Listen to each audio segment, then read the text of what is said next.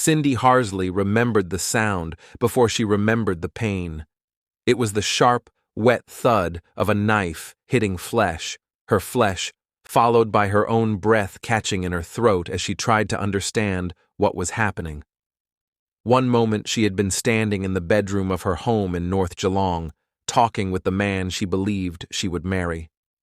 The next, she was trapped beneath him on the carpet, with his hands locked around the handle of a kitchen knife, driving it downward again and again, with a force that made the floor tremble beneath her shoulder blades. It was August 1991, cold enough that she had kept the heater running through most of the morning. She had agreed to meet her fiancé, Robert Arthur Richards, to talk through the problems that had been eating at their relationship. They had argued the night before, but she still believed he loved her. She still believed the man she said yes to would never try to kill her. The first stab took that belief away instantly. She didn't feel fire or searing heat. She felt pressure, deep, crushing pressure, and the shock of her own blood warming her skin under her shirt. When the second and third blows followed, she understood that she was fighting for her life. Richard said nothing as he attacked her.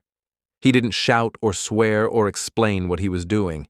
His face stayed flat, almost expressionless, as he pinned her with his knees and kept stabbing. Cindy tried to roll away, but the knife found her ribs, her arms, her abdomen. She raised her hands to shield her face, and the blade cut across her palms. She said his name, begging him to stop, but his grip tightened, and the stabbing grew faster. The room echoed with the rhythm of it, the knife rising and falling, the carpet darkening beneath them. When the blade plunged into her chest and hit bone, her vision went white at the edges. She felt the air leaving her lungs in short bursts, and she realized she was no longer thinking about escaping. She was trying to stay conscious long enough to find a moment, any moment, to break free. She twisted sideways, forcing her weight into him. It wasn't strength that helped her. It was panic, pure and overwhelming, and when he adjusted his balance to strike again, she shoved upward with every ounce of power she had left. They separated just enough for her to roll onto her stomach and crawl. The movement sent knives of pain through her torso, but she kept going, dragging herself toward the doorway, smearing blood across the carpet with each pull. Behind her, Richards grabbed her ankle. She kicked backward, connecting with his shin, and felt his hand slip. She crawled again, dizzy and shaking, leaving a dark trail behind her. She reached the hallway and pulled herself upright against the wall, but her legs buckled almost immediately. The blood loss was already draining her strength. She could hear Richards closing in behind her. Instead of running, she flattened herself against the baseboard, letting her body blend into the narrow space between the wall and the doorframe. When he stepped into the hall, knife raised, she held her breath and stayed absolutely still. He looked past her, confused, expecting her to be farther away. That hesitation gave her exactly the opening she needed. She pushed herself off the wall, using his own momentum against him. He stumbled forward, slamming into the opposite side of the hallway. She didn't wait to see if he recovered. She crawled toward the front of the house, leaving streaks of blood across the tile as she reached the door. Her fingers slipped on the knob the first time. Her hands were slick, cut deeply from defensive wounds, but she twisted it hard and shoved herself outside. The cold air hit her like a wave. She could barely stand. Her clothes were soaked, sticking to her skin. She moved in a half-stagger, half-crawl across the small yard, pushing through the gate until she reached the street. A passing driver saw her collapse and stopped. When he stepped out of his car and saw the number of wounds covering her body, he shouted for someone to call an ambulance. Cindy tried to speak, but her voice came out in broken gasps. She touched her chest, her abdomen, trying to hold herself together while he wrapped his jacket around her shoulders and kept her awake. Paramedics arrived within minutes. They counted the wounds as they worked, stab after stab, nearly 3 dozen in total. 36 injuries carved into her body by the man she almost married. She was fading fast, her skin pale and cold, but she remained conscious long enough to tell them her attacker's name. The ambulance sped toward Geelong Hospital, and the surgeons waiting there did not expect her to live. The knife had punctured her lung and narrowly missed her heart.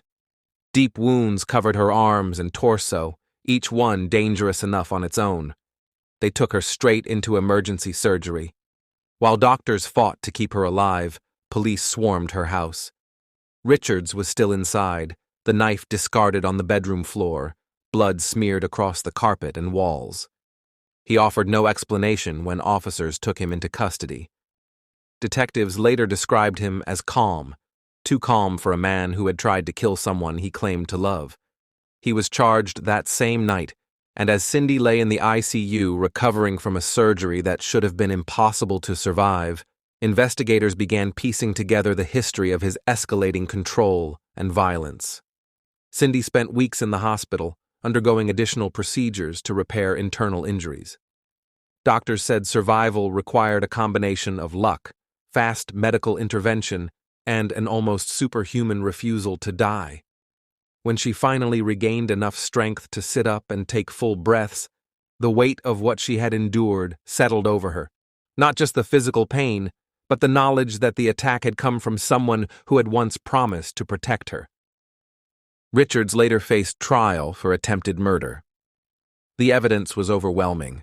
The scene, the wounds, the statements Cindy managed to give even while fighting for life. The jury convicted him, and he was sentenced to a lengthy prison term. What he took from Cindy was irreversible: scars, trauma, fear. But what he expected her to lose forever, she kept. She lived.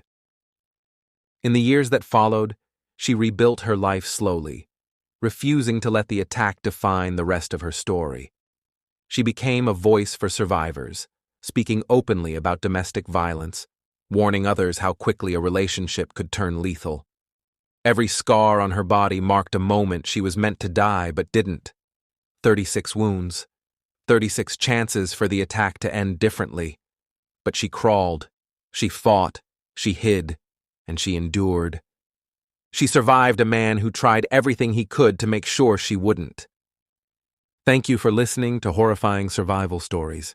Subscribe for more stories of those who faced the impossible and lived.